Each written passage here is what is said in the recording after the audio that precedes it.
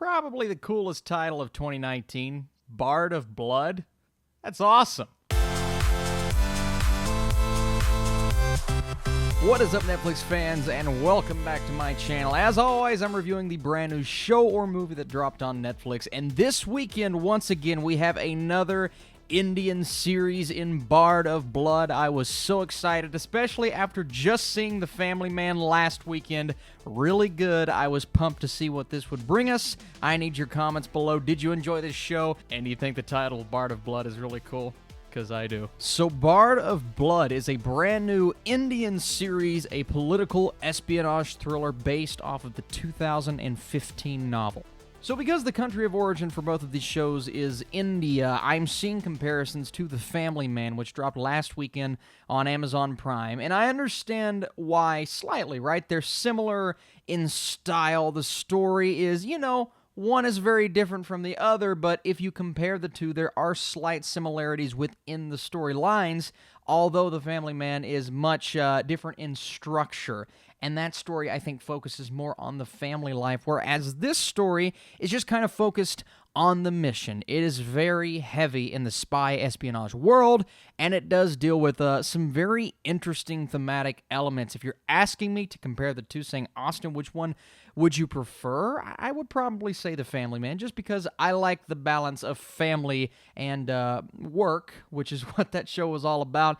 But this story is not without its entertaining elements, and the intensity in Bard of Blood is probably some of the best that I felt over the last couple of weeks, television-wise or really movie-wise. I mean, this show had some really slick direction within it, and I do think the action was handled so well. And I say slick as in the camera movements were really crisp and the scene transitions worked well for me. The action was not slick. That's not the right word. The action was brutal, right? Even characters down and bruised and beaten, and they carry that over episode from episode. They don't get back up and they're completely okay and they continue on with the mission. No, you can see it on their faces. They are out of breath consistently, and it is just relentless at points. Some people, they're not going to love relentless violence and action.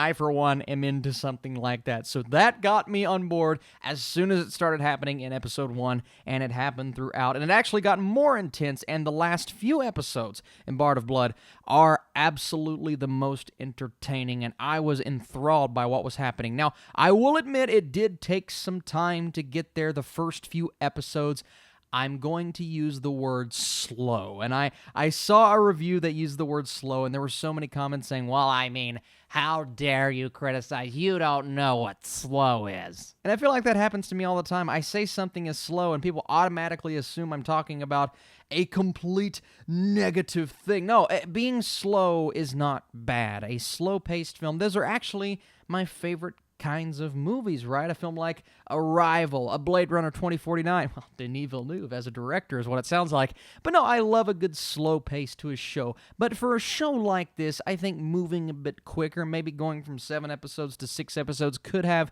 benefited it. If we would have gotten to kind of the turning point for the story a bit quicker, I would have been much happier. But I did enjoy the journey. The thing that is lacking for me, and I'm going to go ahead and give my few negatives before I move into the major positives, is the fact that it was just this spy, espionage, political thriller. It's all about following these 4 Indian intelligence officers who belong to the IIW, I believe, the Indian Intelligence Wing. They're compromised, but before they can relay an important piece of information to India, they're captured and they're about to be decapitated, right? So we have extremely intense and high stakes from the get-go. And then you have our team. They set out on this mission, so they're out to rescue these individuals. So you have a former spy who is now, and you see him at the beginning, he is teaching Shakespeare, which is kind of funny because they use Shakespeare elements within the story, right? The thematic elements of this show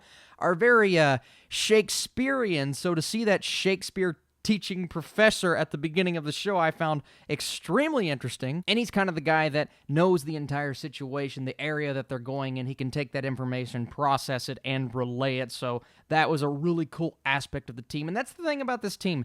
Each person had their individual skill that benefited the mission in the long run, and they do flesh that out right. I mentioned the fact that it is all about the mission, and because of that, sometimes your emotional connection with these characters can be compromised, but they do a good enough job at explaining what each individual role is, doing a good job of telling you whether or not they want to be there, because there's one character and she is just not having it at first. She's like, I don't want to be here. You can see her hesitancy when she is holding a gun at one point. She's like, no, count me out. This is not my kind of mission.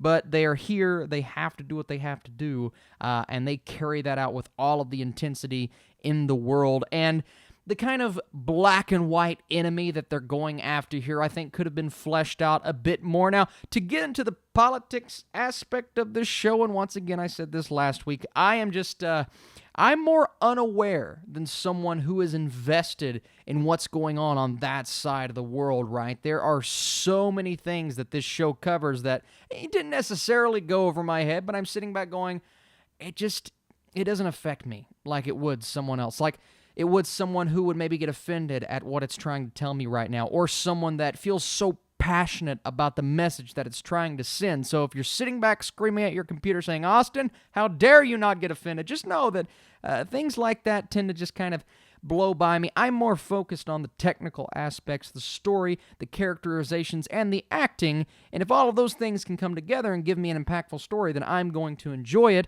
So if something offended you, I would love to see what that is in the comments down below, but just know I'm not trying to be a jerk if that's how it's coming off. I'm just unaware. But this journey is dangerous, and the team has unfinished business to go about.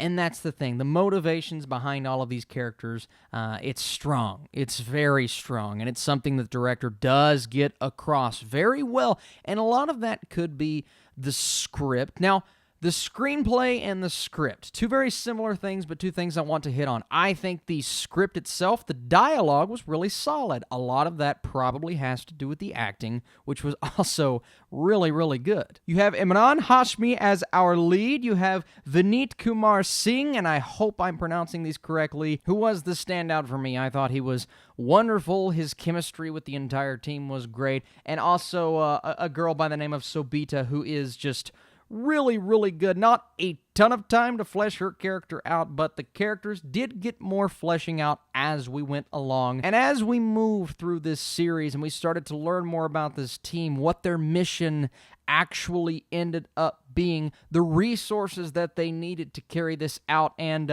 who we were fighting here, because I think that's important too. You learn a lot about them in the first episode, and that kind of carries on through the rest of the series. When we started to learn all of these things, I became more invested.